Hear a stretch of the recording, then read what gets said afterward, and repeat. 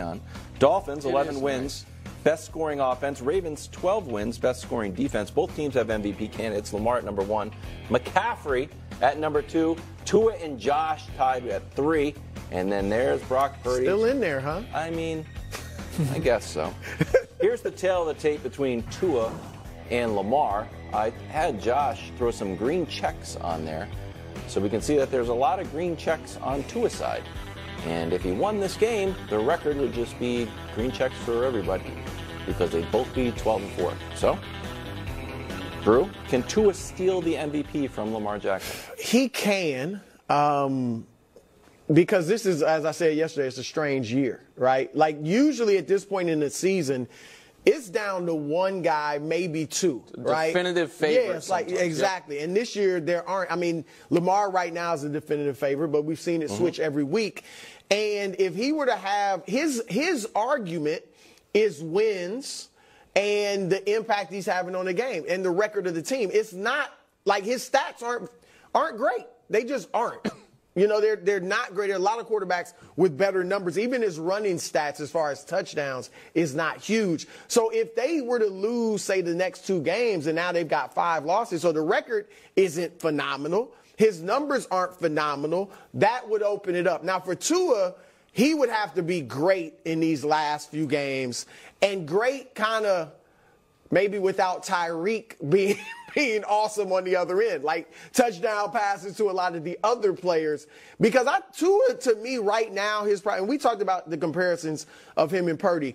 My biggest problem with Tua and why I kind of started lowering him in the race early in the season was his best games have come against bad teams. Like, I mean, he hasn't had a 3-touchdown game as far as passing in the last 7 games. All right, so there's that. But then Denver, he threw 4 touchdowns when they were a mess defensively. The Chargers, he had 3 touchdowns against. They're horrible defensively.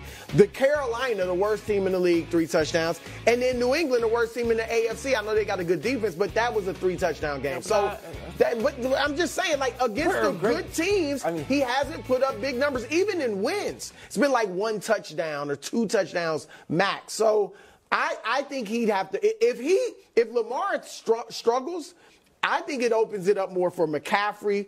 I don't know if Purdy gets back in it or maybe Josh Allen, but I think it opens it up for others as well as Tua. No, Tua can't steal the MVP. And can we put the full screen back up with the MVP guys up there really quick? With the odds or the head-to-head? The MVP odds. Yeah. Because you see the 2 guys in the 49er uniform?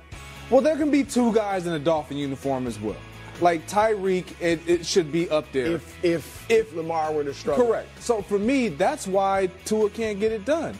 Because if you talk about Tua having success, well, it's going to come at the expense of Tyreek being a part of that success. When we look at what Lamar Jackson has done, he's done it without his number 1 target in Mark Andrews. He's done it without none of his number 1 guys in the backfield. It's been all him.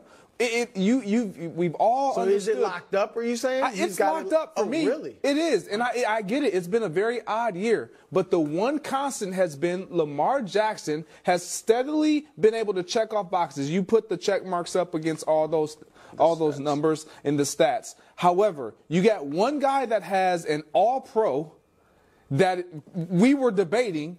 He could potentially be the MVP of the National Football League as well. The other guy does not have another guy on his roster that we would say is that fitting. So for me, this is all about Lamar Jackson. He's not going to throw 40 times a game and throw 4 interceptions. It's not what he does. He's not going to have that lull that all the other quarterbacks has had. This is Lamar's to lose. So here's what I'm worried about, Wilds. And I think you just fervently disagree with the way my brain works on this. I think it's something that, if this happens, it would bother me, and I think you probably feel like that's exactly how it should go.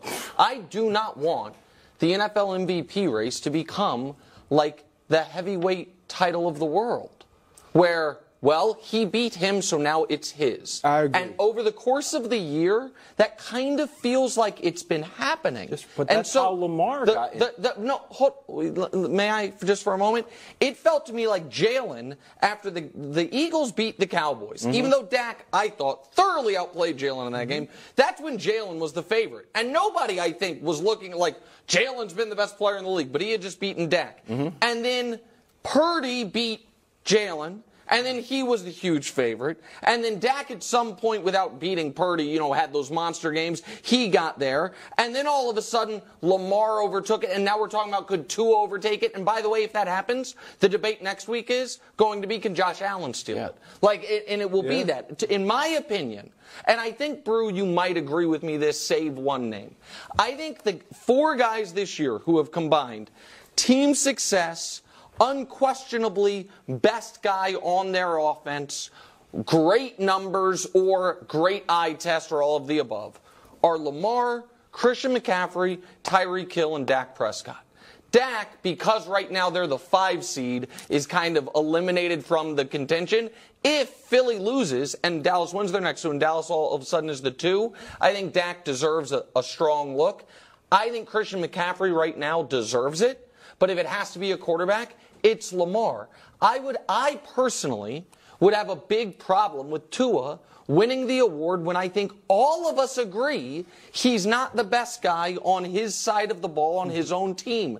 The same reason that I'm just trying to be fair here, I said I was going to have a huge problem with Brock Purdy winning it. Okay. So if Tua, can I go real quick, bro? Yeah. If Tua outplays Lamar, and I understand your head-to-head argument, but the Ravens also have the best total defense. So Tua would have to put up numbers not on Lamar, on that great Ravens defense that we just saw fluster Brock Purdy, and then he would have the same record but have a better completion percentage, more total yards than Lamar, more total touchdowns, and a better passer rating.